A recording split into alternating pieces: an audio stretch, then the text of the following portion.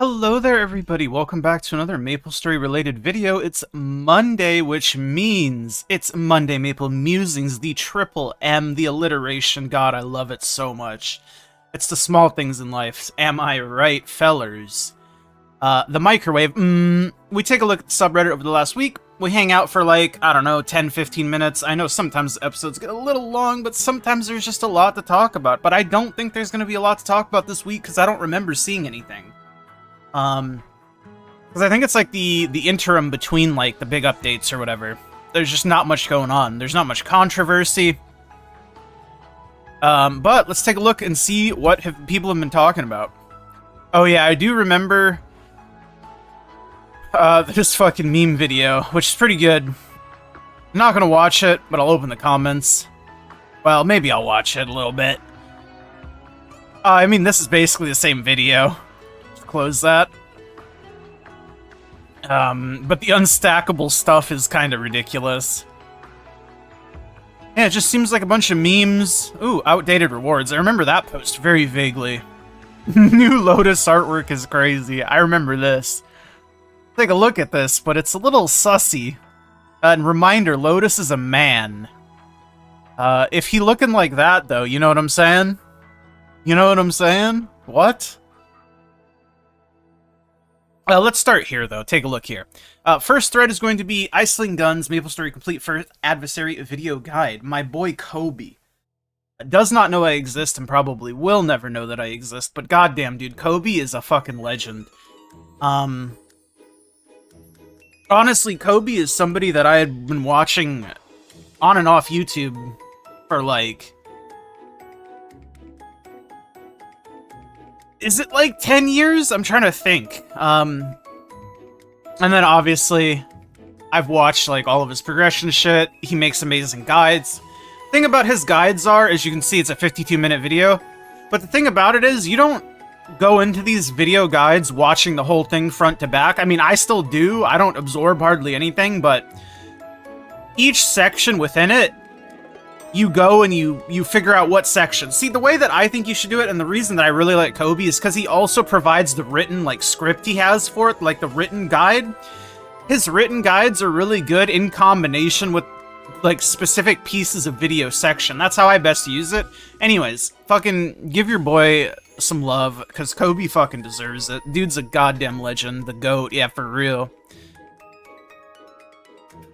I mean, yeah, I think a lot of people were sad he was done making guides. But that's the problem with being on the internet, right? And this is the unfortunate thing that I always try to say, especially since I'm like...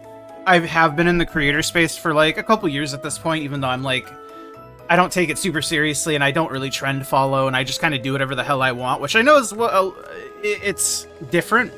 But my point is, for every, like, 100 people that really enjoy the things that you do...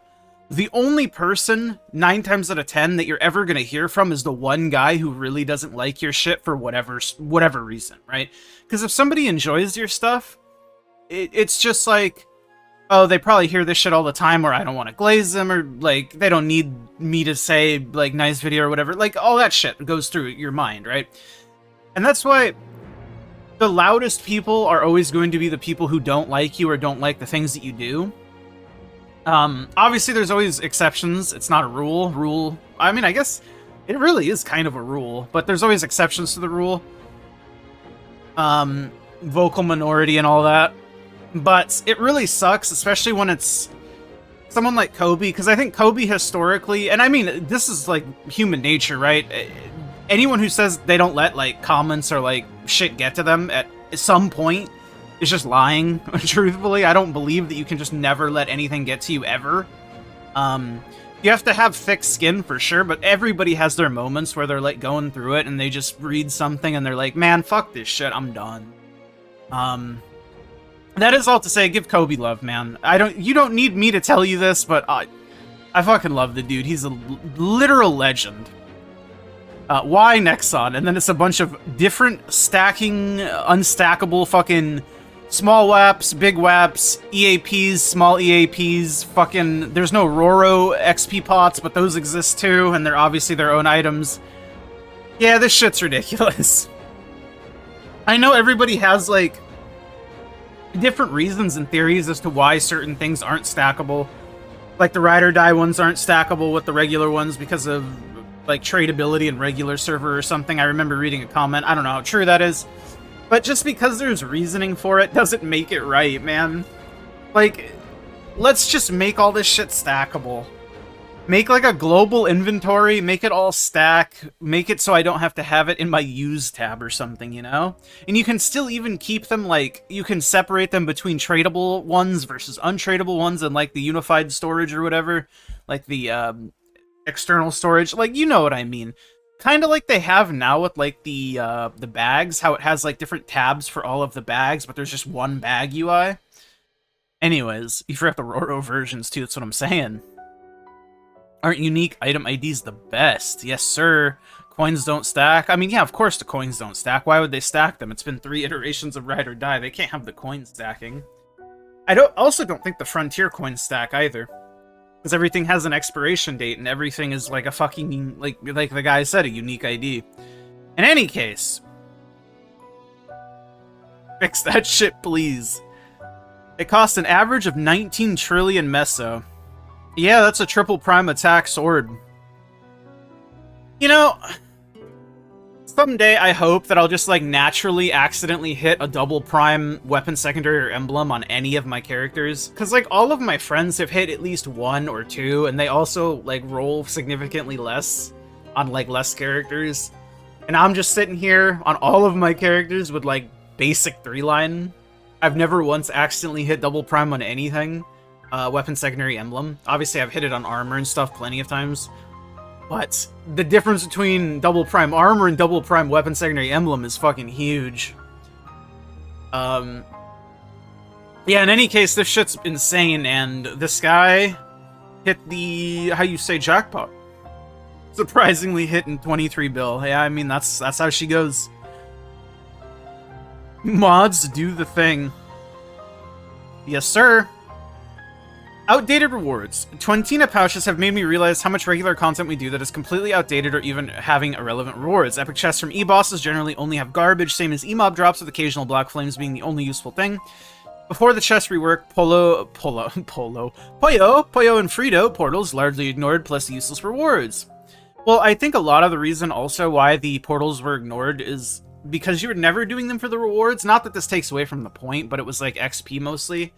And the XP like really kind of fell off the walls. And obviously the biggest thing about the portals is that you lost your map while you were in the portal. You still lose your map with the Twentoona portals, but the Twentoona portals are so fucking good, and also you're in them for like, I don't know, like 20 seconds maximum. You still obviously lose your map a lot, especially on like Rune Day if you try to take them, but yeah. That is to say, I understand. I get you. In my opinion, the most egregious one, Monster Park, straight up has useless rewards 5 days a week. Well, I do agree that the majority of the Monster Park boxes are, like, completely worthless, but you still get the coins from them at the very least, which you can argue is, like, a worthwhile reward, but you get them from all of the boxes, just like a baseline reward. I definitely don't think they should make every single Monster Park box good, because then Monster Park would be even better than it already is, and it's already really, really, really good. I don't know. There's got to be balance, too, you know? Like, some things can be bad. It's okay. Things being bad isn't necessarily incorrect, right? And it's like you say with the Twentoona pouches. The Twentoona pouches contain, like, some things that aren't super useful, like nodestones and power elixirs. Like, those are not very useful. Excuse me, sorry.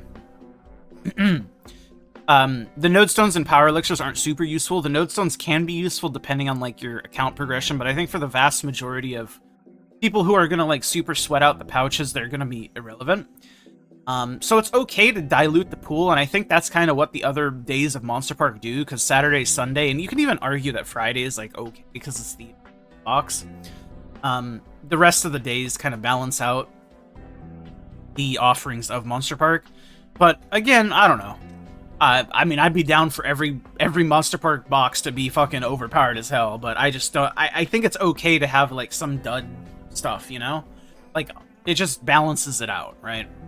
Because if everything is really good, then nothing becomes type shit.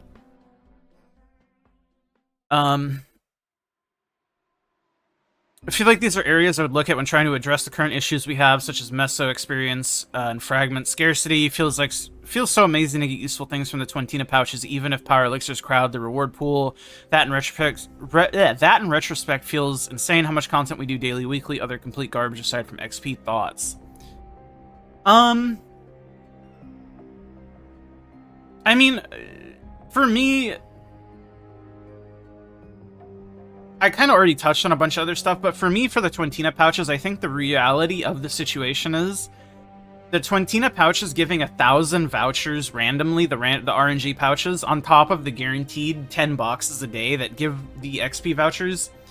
The XP vouchers are like the biggest draw of the event. It's less so the fragments and less so the energy, especially since the energy and the fragments are like lower drop rate than the vouchers by a good bit. And with how many vouchers you get, 1,000 vouchers, that saves you at 292. 1,000 vouchers is like over 1 trillion XP, if I'm not mistaken. So every voucher drop I get, excuse me, sorry. I had my fucking throat. Hold on, let me take a sip.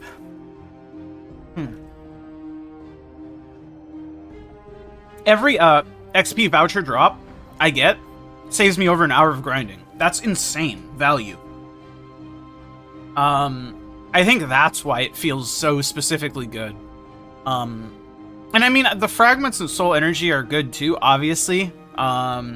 It's just not something that I personally really care about. I'm gonna end up opening my bags on a mule and seeing if they can get some fragments, because obviously my Nightwalker's been done for a while and will always be done unless I like stop playing the game.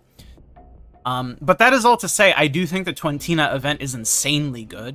And that's why I was, like, very confused when it first came out and, like, a week had passed and, like, nobody was talking about it at all. And I kind of brought it up in that, that Monday Maple Musing, that I brought it up in when it first came out. Because this event is... it's functioning as intended, but it's broken, you know what I mean? It's just really good. They've slowly sped up the XP curve through events and rewards, but frag scarcity is going to be a huge blockade for most people in Reboot as they zoom to 290. Yeah, I mean, they're not changing the curve at all. Like, they're not flattening the curve or reducing the curve. They're just adding more sources of, like, daily/weekly experience, which I think is a fine solution. But, yeah, I do kind of agree that it's still a problem in Interactive too, but I definitely think it's going to be more of a problem for Reboot specifically, in that the fragment acquisition is not going to match the accelerated pace. And the reason why it's still going to be an issue in Interactive too is because, like, the people who are playing the Interactive servers and they're doing the same thing as, like, Reboot, like, basically the non-Giga sweaty, like, Frenzy Totem grinders or, like, already established people, like, more newer or casual players, they're still going to be leveling faster, and they're also going to be getting fragments way slower, right? So it's still going to be an issue. It's just more mitigated because you have access to, like, the auction house and being able to purchase fragments. But it's still, I think, overall, I do think fragment acquisition could do with being buffed in some meaningful way, whether it be weekly, daily, whatever. Anyways. I liked how they removed portals for the chests and updated the rune system. We should get an updated loot chest from elite bosses based on regions, like node stones for Arcane River and fragments for Grandis. I've been saying this for a while too, truthfully. Like, even if every elite mob dropped one guaranteed fragment, that really wouldn't be that broken. Even if you could spawn like 20 an hour, which you... maybe if you get like lucky rune spawns... if you get, like, a Rune of Darkness every 15 minutes, maybe you could spawn 20 an hour, like, elite mobs. But they could just do it to elite bosses, too. Like, I don't know. I definitely think elites are, like, something they could do to help the fragment acquisition, for sure. They should standardize the chests and apply your suggestion to them too. So that's another thing that I've been kind of like confused about, because back in the day when the portal system existed for Pollo Frito and Especia, there's a certain amount of each portal you could go in per day, and like I could be making this part up, but the first part I just said I did not make up. That's real. You could go in like 5 purple portals a day, which were the Especia portals, and then you could go in 10 of the other portals a day. But I'm pretty sure every like 3 or 4 portals or something, like you were guaranteed an Especia portal. So you would have like a certain amount of time you would be able to grind, and you'd have a certain amount of each portal you would get within like a certain time frame. I could be making that up, but I remember it being a guaranteed purple portal every X amount of portals. I just don't remember that number. But it is weird to me now how they kept the legacy of, like, Especia chests being the, like, big XP chests, but it's now completely random, and theoretically you could get 10 Especia chests in a day, or you could get 0.